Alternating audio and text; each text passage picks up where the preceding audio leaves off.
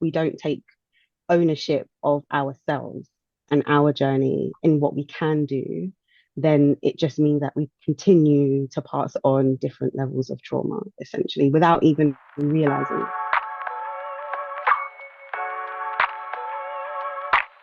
Greetings and welcome to another episode of Naturally You Radio. My name's Leah, I'm the Naturally You coach. And today we are joined by the lovely Jannelle, who is a therapist, and we are going to be focusing on mental and emotional health for Black women. And specifically, we're going to be talking about trauma. So let's get straight into it. Jannelle, welcome to the Naturally You Radio. Hi, Leah. Thank you. Great to be here. Could you introduce yourself to our audience, please, and let everybody know who you are and what it is that you do and why it is that you do the work that you do? Yeah, sure. So, as you said, my name's Jannelle. I am a trauma therapist and I work specifically with people to help them to stop abandoning themselves because a lot of the time that's what trauma is rooted in. You know, we abandon parts of ourselves in order to show up and be acceptable to what other people tell us is acceptable, essentially. So, when I say about abandoning ourselves, it might be, around perfectionism. It might be around if you make mistakes. It might be around if you have broken relationships, if you keep engaging in relationships that do not serve you and you can't figure out why. All of those things lead back to trauma, essentially. So understanding what that is and understanding how it relates to you is how I help people to kind of start living intentionally, really and truly. So, yeah. So, as far as like Black women are concerned, and we're both based in the UK, there are listeners from, around the world and stuff like that, but um I think it's pretty commonplace worldwide, wherever you're listening to this, sisters. Um, Black women Mm. have we have experienced trauma. I mean, I know in the work that I do as a nutritionist and focused more on like physical health, things like diabetes and high blood pressure and cholesterol and eating disorders and all those kind of things. As much as we know that there's like disproportion in it, as far as race is concerned, Black women are disproportionately more likely to get X, Y, and Z. And there's, biological that, there's not even biological reasons for that. I'm becoming a lot more aware that like PTSD has got a big role to play in that. Like the trauma we're carrying from slavery and from Jim Crow and from the Windrush and all of those kind of traumas have got a huge impact on us right now. How do you see that playing out? How do you see kind of trauma affecting the Black women that you're working with? Well, one of the things, even to the first thing that comes to mind is acknowledging that it didn't start with us. Mm, There's a lot of things that have happened in the past that have had really horrible, I don't even know, horrible isn't yeah. even the word I'm looking for, but whatever is worse than horrible, the effect has been absolutely wild on, our parents, parents, grandparents, and so on. So there's going to be a lot of that trauma that they experienced that has been passed down, if not directly through repetitive behavior, it's actually been indirectly through, those our mums, dads, whoever, really trying not to repeat the patterns and ending up repeating or creating a different pattern. Mm. So something I think is really important to keep in mind is that it didn't start with us, like the trauma that we are sometimes carrying, it's not ours. It wasn't our fault. It wasn't for us to resolve. But actually, if we don't take ownership of ourselves and our journey and what we can do, then it just means that we continue to pass on different levels of trauma, essentially, without even realizing it. So how would we see, or what examples are there of things that didn't start with us that could be affecting us right now without us knowing it, or maybe attributing it to something else? Yeah. I mean, well, the obvious thing is like being beaten. Yeah. That's a big thing. Yeah. Yeah. Yeah. And like when people are in my in a therapy space with me, sometimes they feel like you know, oh, can I tell her? Can I say it? And I think that's one Mm. of the beauty things of working with Black women in particular, that there is a part of them that is like, I think she knows. I think she knows that this happened, and it doesn't happen to everyone, don't get me wrong, but that's one of the things that was normalized in so many of our cultures, so many of the ways that, discipline was enforced and punishment was enforced on us. And then we get to a place which is the other end of the spectrum to maybe say, I will never beat my kids, which is, it makes sense, Mm. but it's not replaced with anything. So then it ends up being, okay, I'll never do this, but you haven't said, okay, well, this is how I'm going to approach it instead, because we don't necessarily know what the alternative is, which would be empower my kids to speak up when something isn't right, empower them to say what they want to do, what they don't want to do. And part of that, even to go further, is about, respecting your elders. Mm. I think there are a lot of conversations that are had between children and parents, essentially, where it's not a disrespect, but it's more just that you taught me to speak up for myself, and now I'm doing it. You're telling me that it's disrespectful. Yeah. So I think it's layered. It's multi-layered, but that's one of the things that is passed down in so many different Mm. levels of our culture, that you don't necessarily see that, okay, that thing was not what I want to do, but we also don't know what else to do. So our children end up doing, something completely different to what we did. And we're like, but I didn't beat them. So you Yeah. know what I mean? Because Yeah. you're like, well, that was my benchmark. Yes. But we have to also learn that there's a different way of doing things, and give ourselves permission to learn that a lot of the time through the relationships that we have with ourselves. Mm. Mm. I mean, yeah, as a mother, I did make the decision to not beat the children at all. Mhm. However, my programming is my childhood, and yeah, there are times where I'm like, I don't know what else to do but beat this you because what like I haven't been taught it. I'm having to learn it right now. Like I saw a post that said millennials have got the joy of trying to heal themselves, heal their parents, and heal their children all at the same time because we're in the information age where we're getting this information. So now we feel responsible for dealing with it with everyone. Um, Mhm. and whilst I've never beaten the children, there are a lot of times when I'm like, I'm going to beat this you Yeah, because yeah, because I don't know what else to do. But I'm going to beat this you. yeah. That's it. And That's it's it. very frustrating. And then also when, again, because of the modeling I've had, when they do, you know, not answer back, but when they are expressing themselves, if they do it and they're children, so they're still learning, but when they do it in a way that's not necessarily tactful, not that a Mhm. child should be expected to be tactful. Again, that voice activates in my mind, like, are you going to let this you talk to you like this? Do you know what I mean? Yeah, So, yeah, yeah. so how do we, firstly, just because, you know, just because me and you are talking about it like it's like everyone knows it, Hmm. there are still some children being beaten.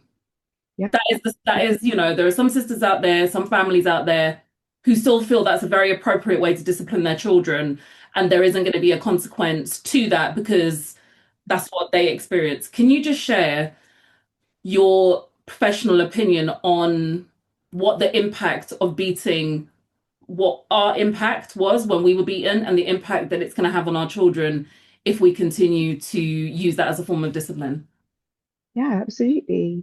You know, people who use it as a form of discipline, obviously, more times than not, are in survival mode. Like you said, you're thinking, it's my programming, I can feel it coming in, and I'm like, if I don't do this, then something else is going to happen. So, with me, especially in my practice, there's no shame.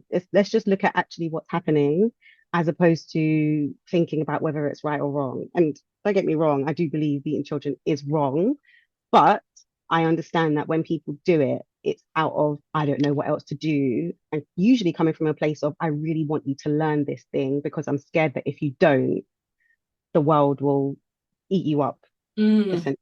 So that's one of the things I want to make clear. But then also then thinking about, if we are stepping out of survival mode and considering the impact that being beaten or punished really harshly by our own parents, the impact that that has had on our relationship with them, I think that's probably going to give you um, more understanding as to the impact that it has on the relationship. Because a lot of us, I say a lot of us, especially in the UK, I would say, based on my very limited understanding in that, I would say that there are a lot of broken relationships with our parents. Mm. Not necessarily because of beating, there's a whole range of things that will break down that relationship. But a lot of us try not to repeat the patterns that our parents did. We try to do better. We try to do the thing that was just that much better at least. Because however they did things in many ways, or some things, it didn't work for us. So that's the impact. Whether it's right or wrong is one thing, but whether it gets you what you really want, which is usually a healthy relationship and your child to be able to show up for themselves and not be afraid of the world, is another. So, So, yeah. um, what other kind of ways does trauma that didn't start with us, could that be showing up in our lives right now without us, again, unbeknownst to us and affecting the way that we're functioning? Yeah. The next thing I think about actually is just the relationship we have with ourselves. We don't necessarily talk enough about the struggles that we experience. When we're younger, when we were younger, especially thinking millennials, we didn't see our parents, or some people anyway, didn't see our parents engage in the rest. We didn't rest. Nope. If they were resting, it was because they were Yeah. sick. Yes. Yep. Yeah. That's it. And that's one of the things, especially, even something that's, yeah, kind of like more of a low hanging fruit. We didn't see them rest. We didn't see them enjoy, unless it was like at a party and they're letting loose and dancing till the night is over, not until the last beat of the song has dropped. They're not going home, kind of thing. So something like that, I think definitely in what I've seen in Black women is that we don't realize that it's okay to make rest a part of that process because we didn't see our parents rest, but we also sometimes feel guilty for doing it, Mm. thinking that potentially we're going to miss something, we're going to miss an opportunity. Well, my mom or dad didn't rest, or so if I do feel like I have to rest, then that means I'm weak. Mm. And we end up going in this cycle until we burn out and end up in the same position, being I'm sick and I can't do it, you Yeah. know? And I think another part of that not resting and giving and showing up and potentially wearing a mask as well, is that we burn out so much quicker. Mm. There's not many places that Black women can just be themselves in the world, essentially. So, I mean, that's one of the reasons why I wanted to be a part of this, because let's just learn to be ourselves in the spaces that allow us to be. And I'm not against, consciously having a mask on, doing it on purpose, as opposed to doing it and not knowing that you're doing it. Because it's part of the survival mode, recognizing, okay, this space isn't safe for me. So I'm going to show up in the way that I feel safest, because it might be that you still embrace exactly who you are, Yeah. but you might not be ready to deal with the consequence of showing your full self Mm. and still learning how to do that. So I say, be honest with yourself. Don't lie to yourself, essentially. Like that's another thing. Mm. So, what is the difference between because obviously we've spoken about like big traumas from childhood and things like that. Um, Mm. People talk about like big T trauma and little T trauma. What is the difference between those kind of traumas?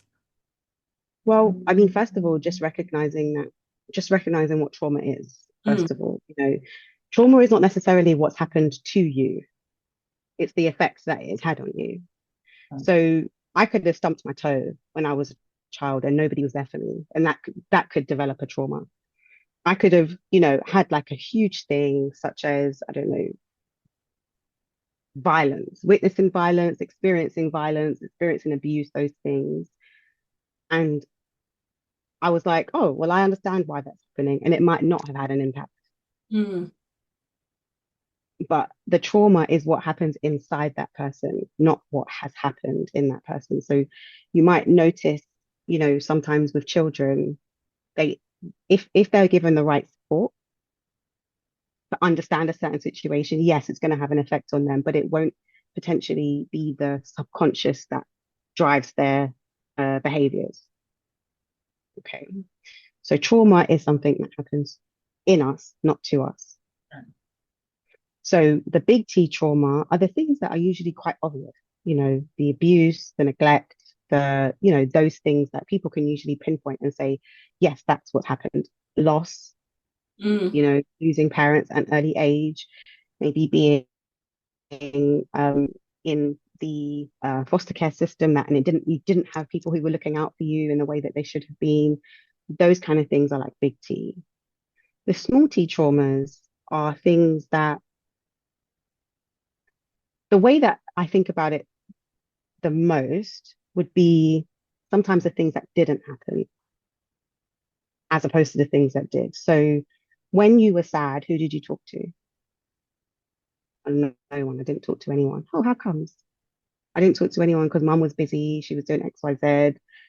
Dad was doing blah, blah, blah. So I didn't feel like I could talk to anyone. So, okay. So what happens now when you need to talk to someone? No, I don't. I recluse. I keep myself to myself until it's safe enough to come out again. Those are kind of things that are more of a small T trauma because in the grand scheme of things, it's kind of like, well, nothing significant happened that I can pinpoint and say, yeah, that definitely happened, mm. but it still had an effect on you. Thank you. So, okay,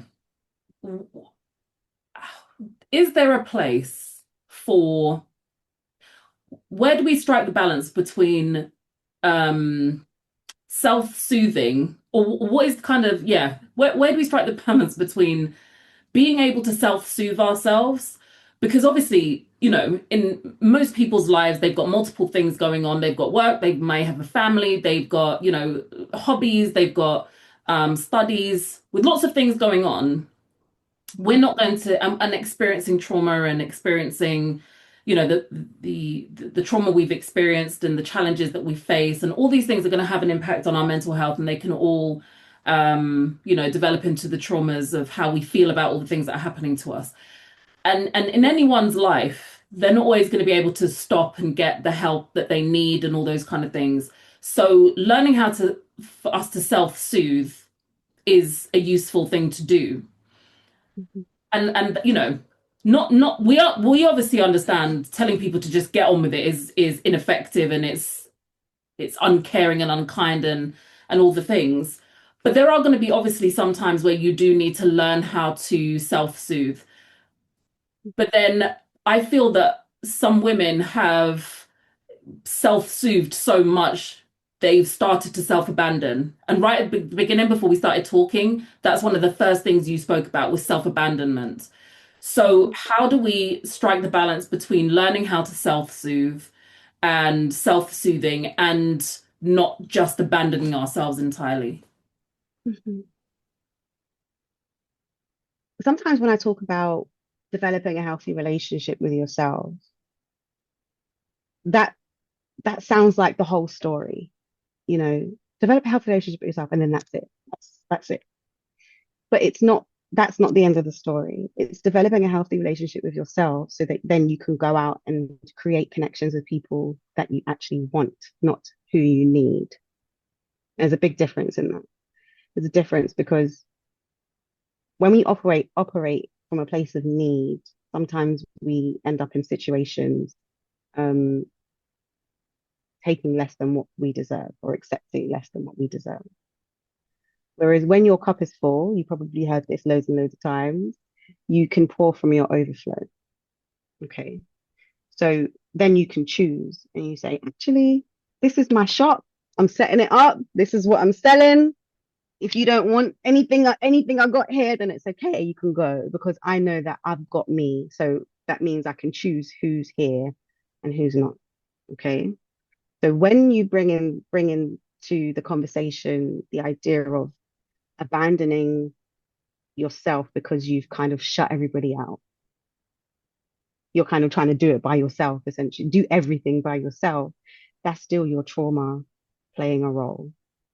You know, I've definitely been, the one to say, it's okay, I'm not gonna ask, I'll just do it myself.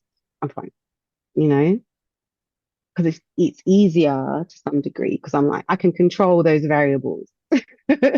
I can control it. I don't need anyone to help me because I can't control how they do it. They do it how I Yes. want them to do it.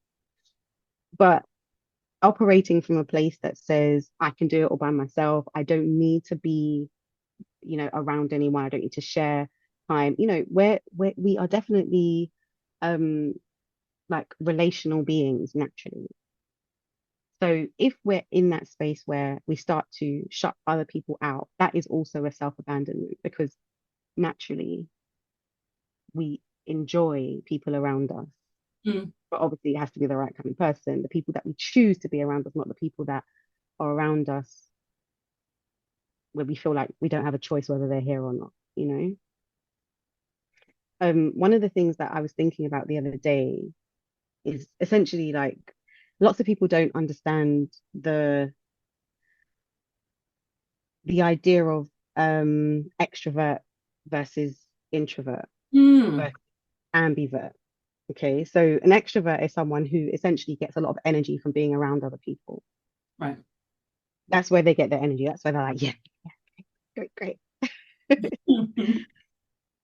An introvert is someone who kind of gets their energy from being alone, having that quiet time, not having to perform, not having to think about somebody else, just being alone. I would class myself as an ambivert because I can be a social butterfly. I can be all over the place. I could be smiling, dancing.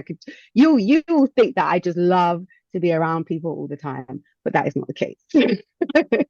I need my time alone. I need my time to recoup. I need my time to rebalance and realign with myself. So I enjoy both.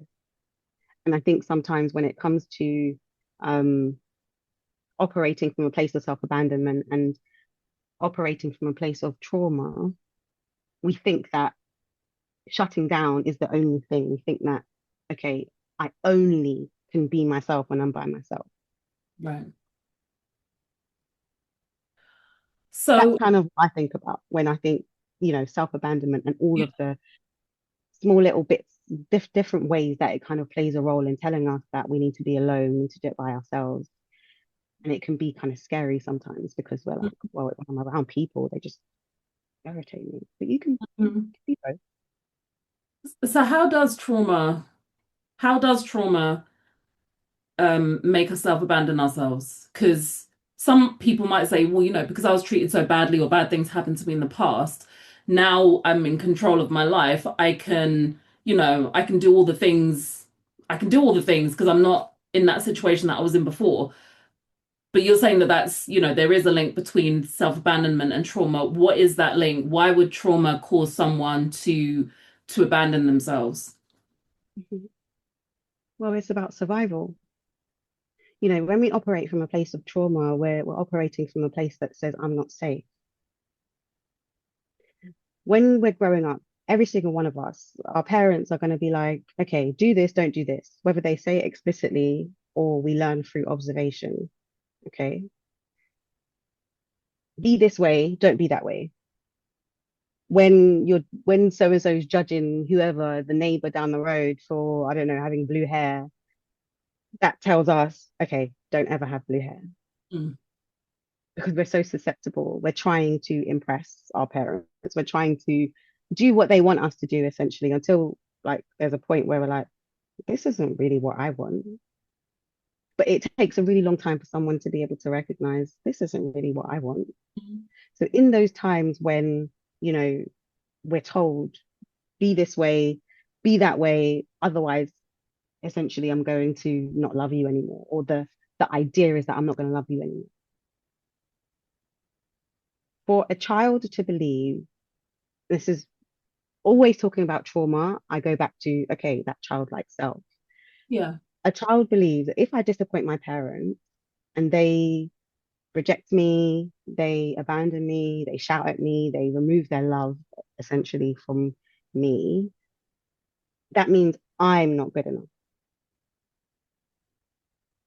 If I don't know,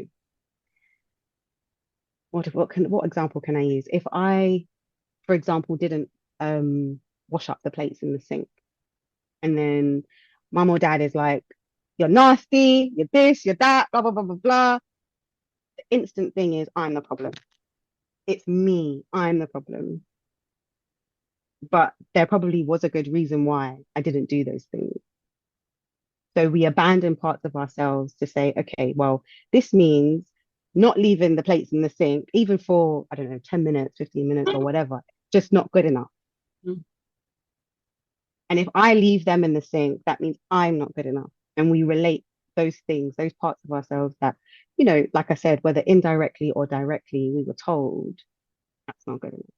So that's where trauma comes in. That's like, okay, well, every time I leave a plate in the sink, I'm gonna feel like I'm not good enough. And it might seem really extreme to jump from plate Yeah. in the sink to I'm not good enough, but that's essentially one of the reasons why it's so important to understand what your motivations are, what your values are, what your beliefs are, because a lot of the time when you take that time and slow down and think, okay, so what is where did I learn this? Where did I learn that, I need to make my bed every day? Where did I learn that, not making my bed every day, or going back to the rest part of our conversation, if I rest, then that means I'm not good enough. That means I'm lazy. That means, you know, um, I should be ashamed of myself. That means I'm not good enough. That's the way that trauma shows up and says, these parts of me are not accepted here. One of the things I will add though, Leah, is also recognizing the too much. Mm. We're loud, Yeah. especially as children. We are loud. A lot of children, not all children. We're loud. We just want to have fun. We just want to be, have a good time. And when, I don't know, we're in a private, quiet setting and we want to be singing at the top of our lungs, but shh, Yeah. not acceptable here. But a lot of the times, people around us, parents in general, won't necessarily always be able to say, I told you to be quiet, because when we're in a library, people are reading and you singing will distract them or interrupt what they're doing. So whilst I love your singing, there's a time and a place. Sometimes, our parents don't get to explain that to us. They're just like, you're bringing too much attention. You're being too much. So then it comes to, okay, understanding the lessons that we learn early on. How many of those lessons were we told as children that made sense as a child, that we're still holding on to now as adults, that actually as an adult I do what I want. There isn't any I'm not you don't need to wait for anyone to give you permission anymore. But a lot of the time we are waiting for someone to say it's okay, you can be loud. Yeah. So on that, how do mothers, how would you suggest mothers start that process of making sure that they don't implement trauma into their children, in the same way trauma was was given to us? And then for women who are struggling with, who feel like they are experiencing trauma, or they definitely have experienced trauma and they're trying to recover from it, how would Mhm. what advice would you give to them? So first, for like mothers who are parenting, so like myself, how would I make sure I don't traumatize or re-traumatize or continue the trauma passing on to my children? And then also as a traumatized someone who went through my own trauma, how would I look after myself? When you were saying that, I was like, did I say this? I don't know. Should I say this? I was thinking there's a very big part of me, somewhat professionally, somewhat personally, maybe the two of them combined, that doesn't believe that there isn't anyone in this world who has felt a level of trauma in Mm. their lives from their parents. Oh yeah, I believe that. Yeah. I'm not, So I'm in a not, way, I'm not a counselor, but I do. you're like, okay, yeah, yeah, yeah, okay, fine. Yeah. In a way, I'm like, we can't we can't not traumatize our children. In a way, it kind of, I'm like, if you are being a parent, fully in parent mode, you're likely to traumatize your children.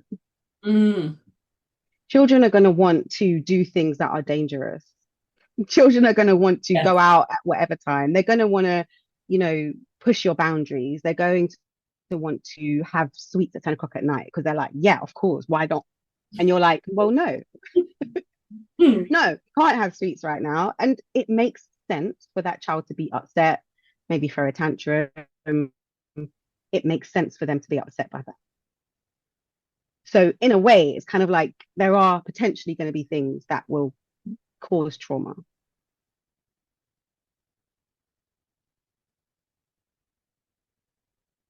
oh, you frozen, sis. Saying, Oh, oh, sorry. I'm back. Can you hear me? So, one of the things I say to parents sometimes is recognize that there's going to be a time when your child is going to come to you and be like, well, why did you do blah, blah, blah? You know, as a side note, how amazing would it be if we could go back to our parents and be like, so, you know, that Oh, time when you, how amazing would it be? yeah, And they were receptive to be yeah, like, do you know what? At the time I did my best. I understand, there were probably going to be things that I did that didn't work out the best for you. But at the time I did my best and I'm really sorry that I had that impact on you because that wasn't my intention. Because that's really all we would want. yeah, I know that's all I would want. yeah, To yeah, just to just be like, do you know what? Yeah, I hear that. yeah. And that wasn't my intention. My intention was to actually protect you from this.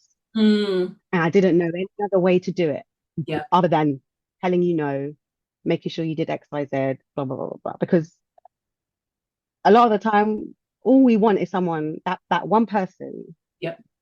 to acknowledge the pain that was felt Mm, in those situations. But a lot of the time, we don't, or parents don't, um, especially older generation parents who have no idea about mental health and the impact that that has. yeah. They're like, accepting that a lot of the time means that they failed. Mm, So yeah. they're like, that didn't happen. I didn't do that. Yeah. What did you want me to do? Kind of thing. Yes. They hear it as an attack. Yeah. Yeah. So, I mean, even throughout this conversation, I haven't made it very clear that this isn't about blame. Oh, right. This is just about acknowledging what has happened and what didn't happen. You Mm, know, again, in my practice, first thing I say is if you're going to tell me about your parents, okay, great. Let's talk about them. Not in a way to say what they did was wrong, what they did was mm, right, but actually look at what happened yeah. so that we can see what's happening now Yeah. and say, is that something I want to keep going or is that something I want to let go of kind of thing? So Mm, that's one of the things I will say, it's more than likely that children will feel some level of trauma and grow into adulthood. But parents I would definitely say to operate from a place of I'm doing this with intention. And I said that before, intentionality is a huge thing. yeah. Because then if someone comes back to you and says, look, when you did this, that hurt, that really hurt me, you can then say, do you know what? I thought it might, but my options at that time were X, Y, Z. Mm, I didn't even see that there was an ABC. All I saw was right. X, Y, Z. Yeah. Yeah. So keeping that in mind that if we're doing our best, that's good enough, but you have to decide that your best is good enough. Mm. So it's like mindful parenting, Hmm. becoming more Absolutely. mindful. And obviously, as a parent, I understand, um, parenting can become very reactive because of so how many things are going on. Yeah. Um, so it's not impossible, but just Mhm. acknowledging that you want to do better than you maybe have already. What you've just said is really useful for parents to kind of bear that in mind. Because I know a lot of, I know that I didn't even question certain things in my parenting. I was fully on autopilot for a long time until I started like listening to Gabor Mate and him speaking Mm. about trauma and all those kind of things. So, and then as a mother and what you just said also helps to reduce the guilt of Yeah. what we can potentially do to our children, but also creates a pathway to doing better. What would you advice would you give like someone like me who has been through trauma, um, as to how, as a Black woman, I can start my journey of recovery, um, from, the big trauma, the little T trauma, big T trauma. What kind of advice or tips or tools could you offer? Yeah. Big thing. And there's a term for it is reparenting. Ah, Yeah. Reparenting yourself. So, like I said, our parents more likely than not did the very best that they could with what they had. Recognizing that, okay, well, my parent didn't give me this, or whoever didn't give me that.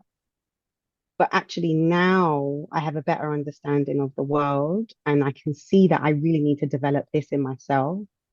mm, So let me just try to start to give myself what I would have really wanted then. Be the adult to my younger self now.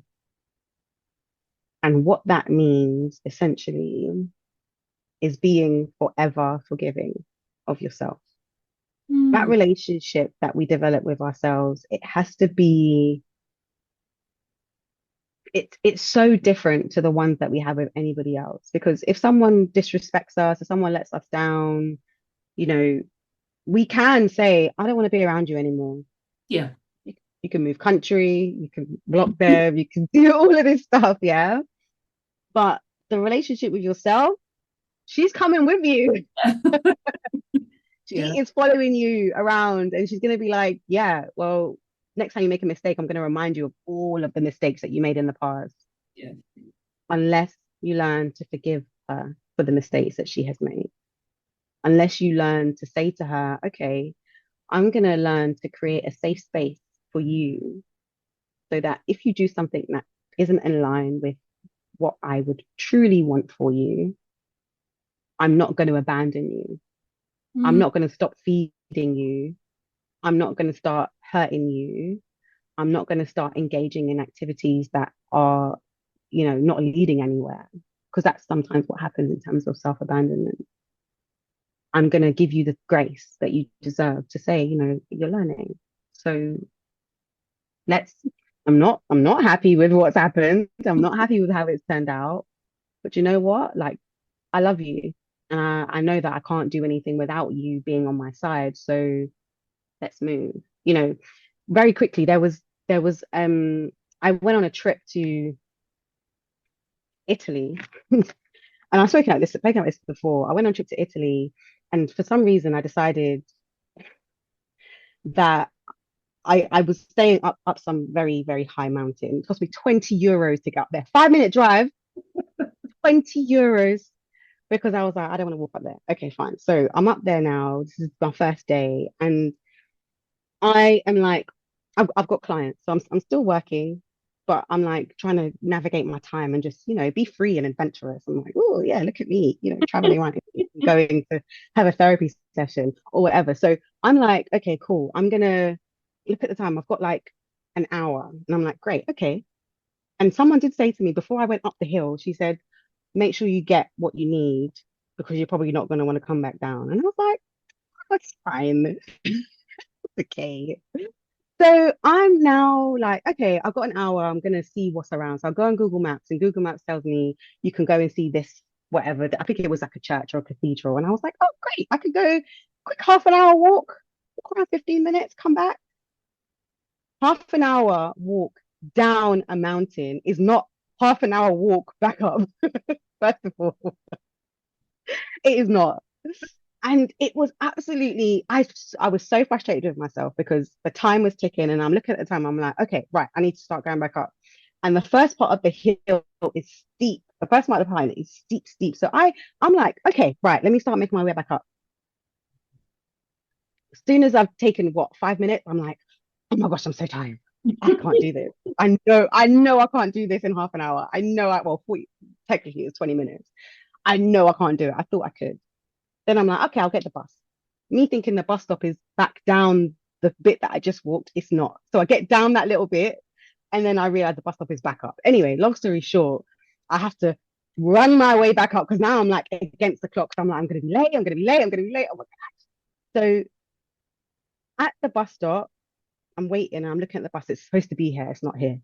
Because I'm like, if I can get the bus, then I'll be on time.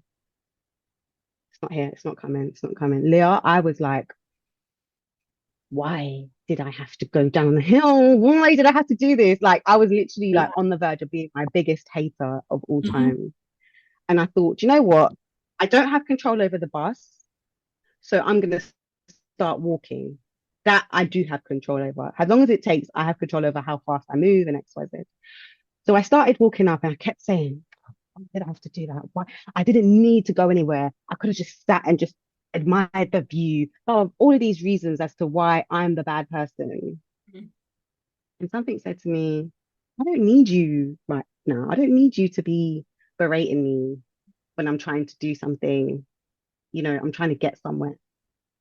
I'm trying to get somewhere. I don't need you to tell me all the things I did wrong. I don't need you to tell me that I made a bad choice, that I'm a bad person, that I'm about to let all these people down. Because it would have been, I would have let, in my mind, I'm letting my client down. I'm letting whoever they're connected with down because they're going to have to go, maybe they won't get what they need and all of these kind of things. And I thought, you know what? I don't need that.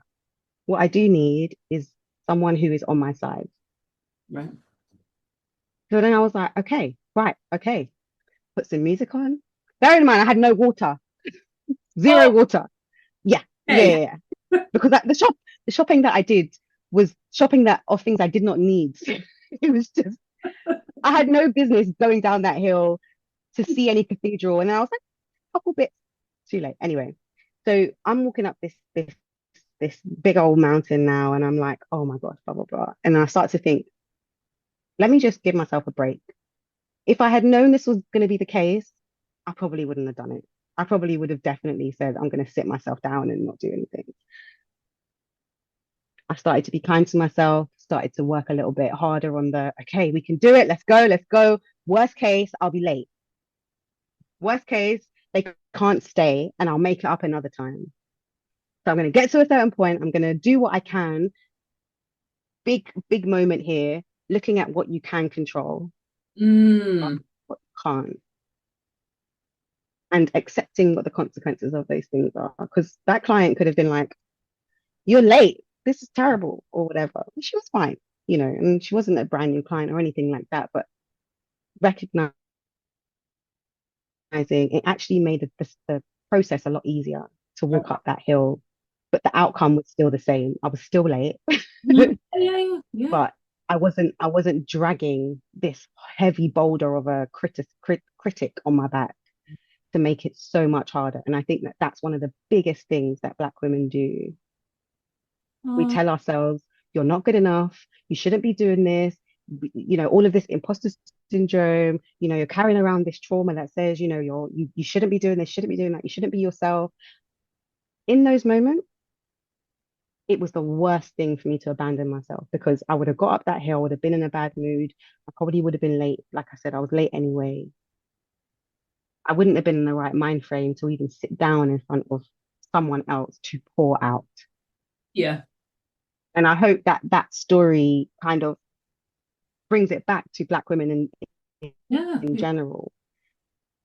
Pouring it into yourself is not a crime. It really puts you in a position to give more.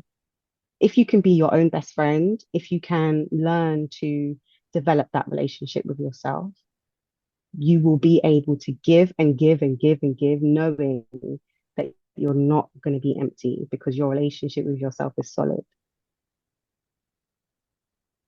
That's perfect. So, trauma is how we feel about our needs not being met. Hmm. Reparenting can help that because we can Hmm. become the one that addresses Yeah, the needs that we have yeah, moving forward, which can hmm, help heal the regret, the disappointments of the past because we're creating that what we need within ourselves yeah. moving forward. Is Spot that on. okay? That makes a lot of sense. That's really, Yeah, really, I'm glad you're able to do that because I was like telling this story. I'm like, it's important to recognize yeah. exactly what you said. We would love it would be amazing for people around us to be able to meet our needs for us. Yes, yeah, yeah. It'd be amazing. It'd be so good because essentially that would mean we don't have to bother. If someone's always meeting our needs for Yeah, us, then what's the point in having a healthy relationship with myself? yeah. But we can't outsource those needs being met. Mhm. It's still our responsibility, you Yeah, know. And yes, we choose people to help us to get those needs met, yeah, but it starts with us being able to know that I'm confident that I can meet these needs for myself, and I'm choosing you to help me with it. yeah. Like when you were talking, when people say like healed people heal people. Mhm. So when someone is going through that process of healing and they're parenting themselves, they're practicing that language. So when they're around people and the people are expressing their needs, they've already practiced being nice to themselves. So it's easier for them to be nice to someone else. But when you're Yeah, stuck in your trauma and you're not healed, you're practicing berating yourself. So you're more likely to mhm. berate everyone else because that's just what you're practicing. Because that's what I'm getting from, would that be right? That's what I'm getting from what you're saying. Yeah, absolutely. If we learn to give ourselves grace, we can give other people grace too. Yeah. I mean, speaking about my own experience, I did not know how to give my mum grace Mm, until I learned to give myself grace, right. recognizing all of these things that I've said, in our conversation that our parents did the best that they could with what they had. They're really regular people just figuring it out. Like they've never been here. They've never been here either, Yeah. kind of thing. Yeah. So if I can give myself grace and recognize, okay, I make mistakes. And yeah, maybe I wouldn't have made the choices that my mum made or our parents made. Maybe who knows? The Yeah. fact is, we don't live in the same reality. Yeah. So just recognizing them, the more we pour into ourselves and give ourselves permission to be friends with ourselves, we can be friends of other people and not want anything back because we're like, actually, I'm just giving to give. Like me being here with you, I'm like, this is amazing. I love this. This is Yeah. totally in line with me.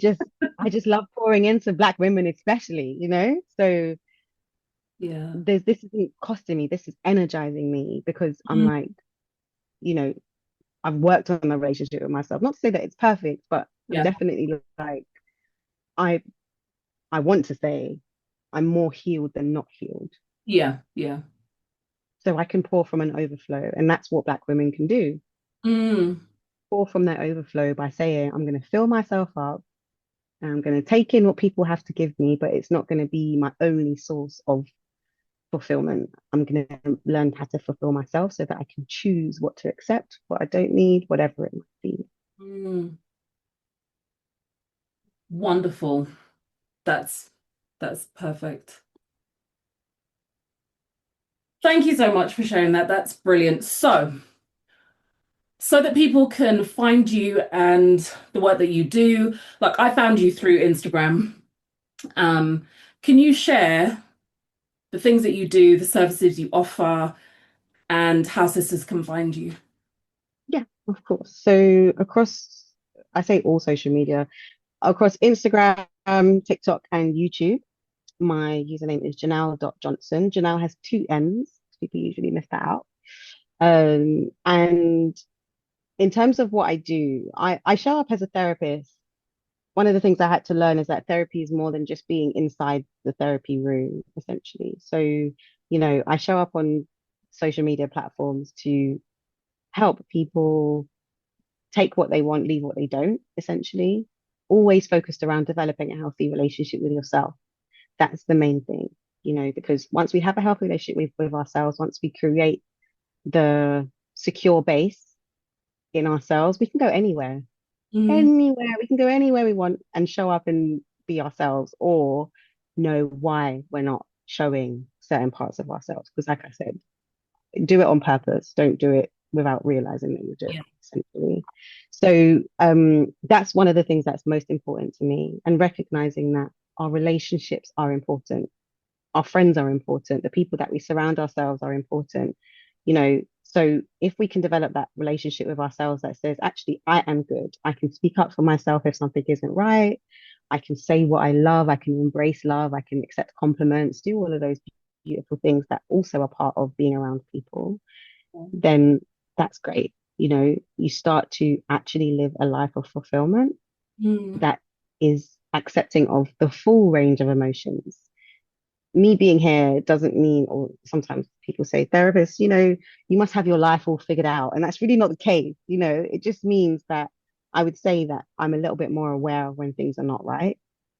I still allow myself to be sad, angry, upset, annoyed, or also embrace joy, and happiness, and go after things, and mm, actually do things rooted in why rooted in me wanting to do them, as opposed yeah, to doing it because I need to get something back, or I need to prove, or which is something a lot of women do. Yeah. So that's one of the things that I am very passionate about doing, helping us to stop self-abandoning, do what we want to do with intention, yeah, um, and love ourselves a little bit more because we deserve it, essentially. And I run events well, at least every quarter. So spring, summer, autumn, and winter. I run a retreat. Um, there's spring forward.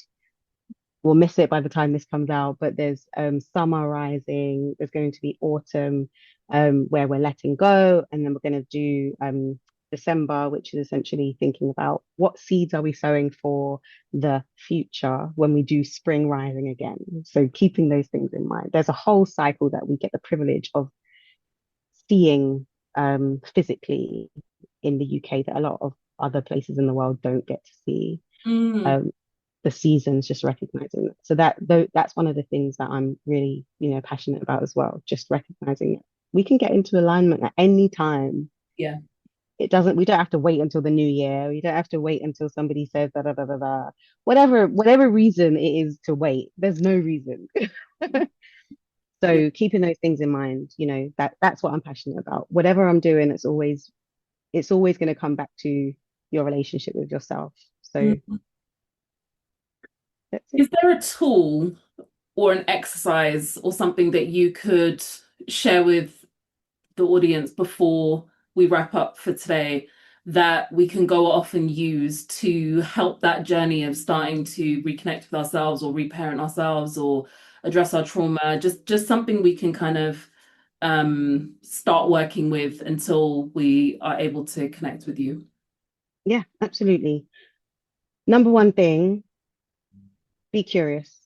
It sounds really simple, but it is really kind of that simple.